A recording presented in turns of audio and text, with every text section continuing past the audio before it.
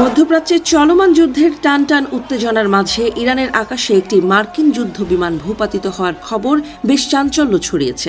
মার্কিন যুদ্ধ বিমানের পাইলটকে ইরানি বাহিনী নিজেদের হেফাজতে নিয়েছে বলেও খবর ছড়িয়ে পড়েছে।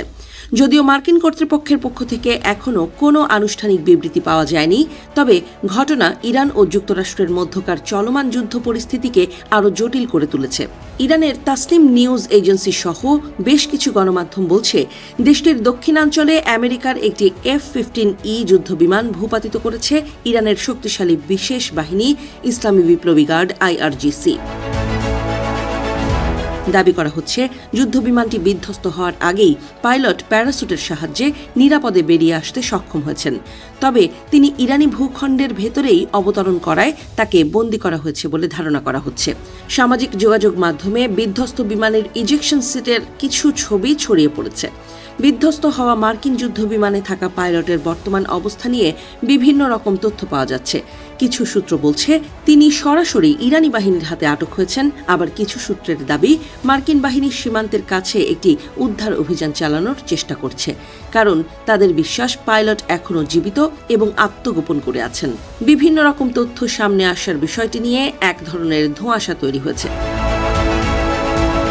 এক বিবৃতিতে ইরানের ইসলামিক বিপ্লবী গার্ড বাহিনী বলছে, তারা মধ্য ইরানে যুক্তরাষ্ট্রের আরও একটি অত্যাধুনিক F-35 যুদ্ধবিমান ভূপাতিত করেছে। তাদের দাবি অনুযায়ী যুদ্ধবিমানটি একটি মার্কিন স্কোয়াড্রনের অংশ ছিল। এটি সম্পূর্ণ ধ্বংস হয়ে গেছে, তবে এই দাবির সপক্ষেও এখনও কোনো প্রমাণ দিতে পারেনি IRGC। এই ঘটনাটি এমন এক সময়ে ঘটল যখন ইরানের ওপর ক্রমাগত বিমান হামলা চালাচ্ছে যুক্তরাষ্ট্র ও ইসরায়েল।